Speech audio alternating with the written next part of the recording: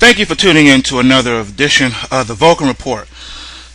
We're looking at a chart of the E-mini S&P 500 futures contract, and as you can see, we are starting to edge lower to test the weekly support levels.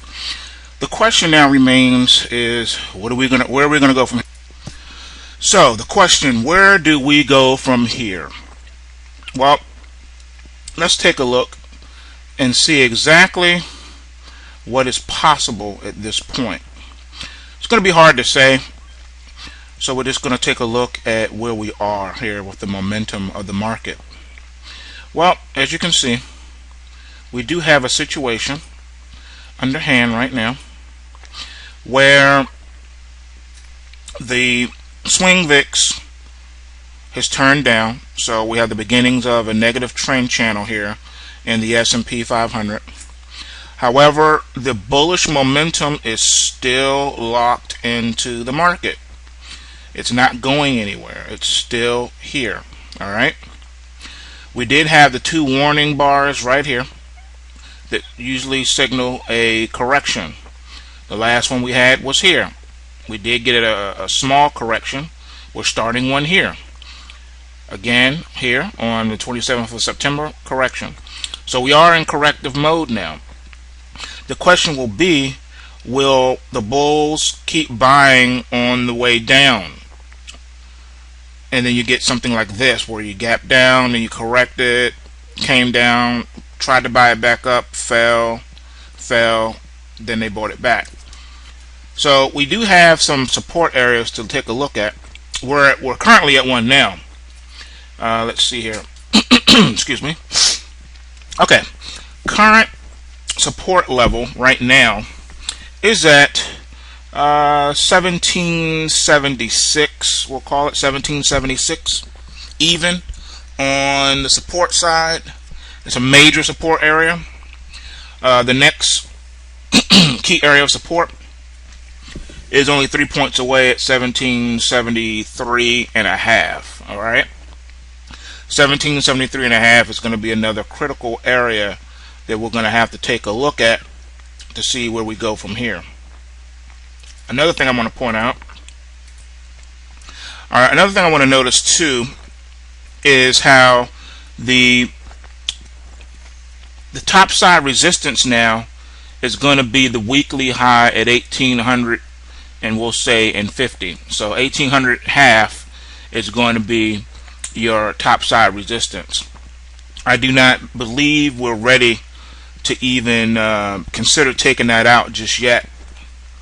So another area to watch on an intraday basis is definitely going to be the 1784.5 area. I believe that that's going to probably be stopped out intraday for those who are short and been trying to trail it with some tight stops. Probably be stopped out intraday. So you may want to consider holding the stop at the 1800 half area. For those of you who want to be more quick and nimble and pivot better, then you can tighten it up with the 1784 half. So that's just something to think about for those who are trailing and money management, things of that nature. We are still bullish. If you're short here, you're going to have to take quick profits. You just really don't have a choice because we're still locked in on the bullish side, even though we got these warnings here. So if anything, it's a sign to take profits, book some profits. For those of you who've already been long this, I would consider booking profits strongly here. All right, what do you do for Thursday? For Thursday's trading, we're looking at long at the 1800 half, short at the 1773 half. All right, that's where we are for Thursday's trading in the S&P. All right, taking a look at the Nasdaq. The Nasdaq has lost its bullish momentum. It failed. It's no longer locked in. As of Wednesday, we came off lock. All right, when you come off of a lock, it's kind of in no man's land at this point when it's still within the bullish phase. Except for now, we are now entering what is called the consolidation phase now in the Nasdaq. Unlike back here where we consolidated for like 2 weeks, 2.5 weeks, this one's different. We're now trading within the volatility bands, and we are at a point where anything goes. We could further retrace as momentum picks up. We have a negative swing VIX. See this downtrend channel, which is starting to form. All right, so I expect sideways to lower prices within the next 3 to 5 days on this one, and so a steady bearish market should unfold here in the Nasdaq. Unlike here, when we were moving sideways, okay, see this, we're moving sideways, and the market finally broke out of its tight trading range for a little bit, and then what do? We corrected here, as you can see, and start to come back down, and then here we are. So sometimes you get in these tight consolidation ranges, and you just have to be patient and wait for the market to develop, and that's what we pretty much do here. And as you can see, as volatility increases, your risk increases as well with your stop losses and as the ranges tighten, okay, which is cool because we use very tight money management situations there. So that's just something to keep in the back of your mind as you're trading these markets. That's just how we do.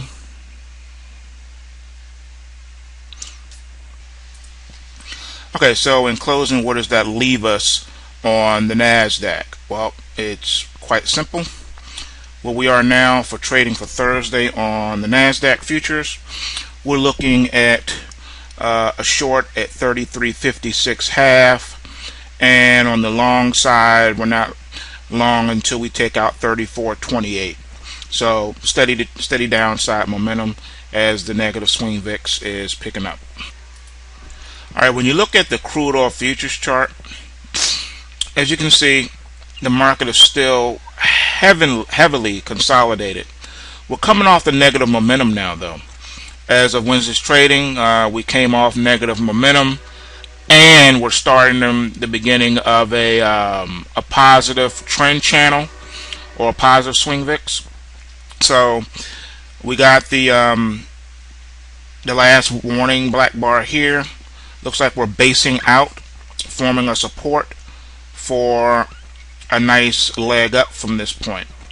So if you are short, you may want to consider taking some profit off the table at this point in this particular market.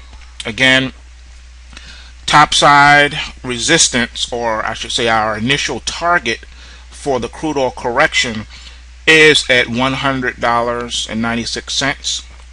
All right, so that's at least a $7 run from here.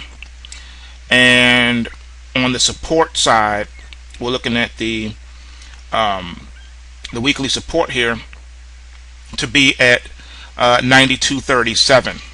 So for Thursday trading, we're looking at if we reinstitute the downside, and we're going to start another leg down.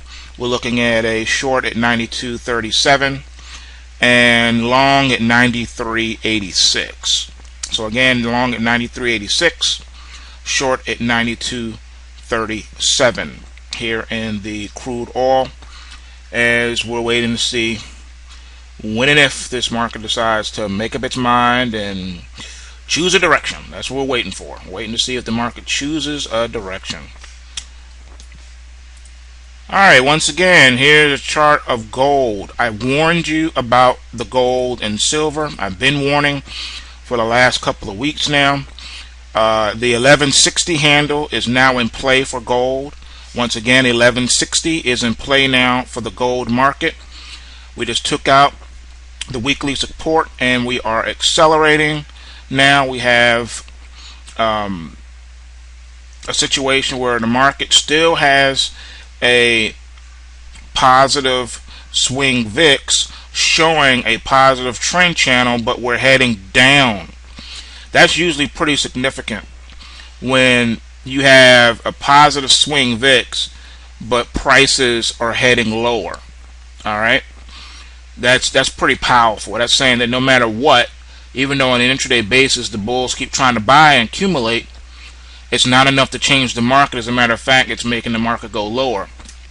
The last time this happened was on October the 1st, and you saw what happened. Now we're starting to form another leg down again. So again, the 1160 handle is now in play for this gold market.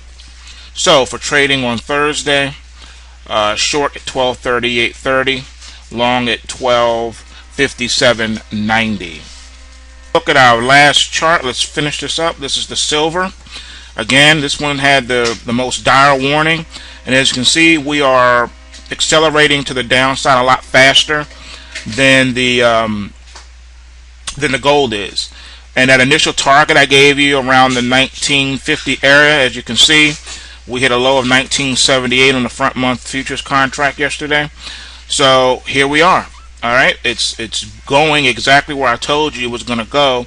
The swing VIX was telling you that we were picking up steam to the downside, even though we have a positive situation with the swing VIX, but we're heading lower with the prices. That signifies, like this past warning here, that we weren't done, that we were heading much, much lower.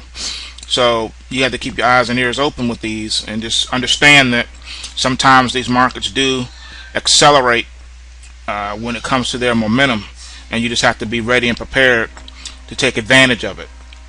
Alright, so for trading Thursday, long at 2013, short at 1974. And like I said, 1950s was the initial target. So be prepared that this thing could really pick up some steam and start gapping down a little bit at these levels, just to wash out the remaining longs, the weak longs. Okay, so that's all we have for today. Remember, take what you can, give nothing back, and I will, if when time permits, add some videos to the Vulcan Report playlist on YouTube. The Vulcan Report playlist has all the Vulcan reports on it. I've been getting a lot of questions which I can't comment to because YouTube has restricted that now. So I will attempt to answer your questions by uploading educational videos. Also, the Chicago Mercantile Exchange has a lot of free information on trading futures and everything you need to know about those markets. Your questions will be answered there too if you go to the CME website, Chicago Mercantile Exchange. They should be able to answer some of your basic questions for those of you who've never traded futures before. There are also plenty of videos on YouTube. I did see some. I'll see if I can put a collection together, put a couple in the playlist for you guys to help answer some of those basic questions, because I just don't have the time to go into all that in these videos. So remember, take what you can and give nothing back.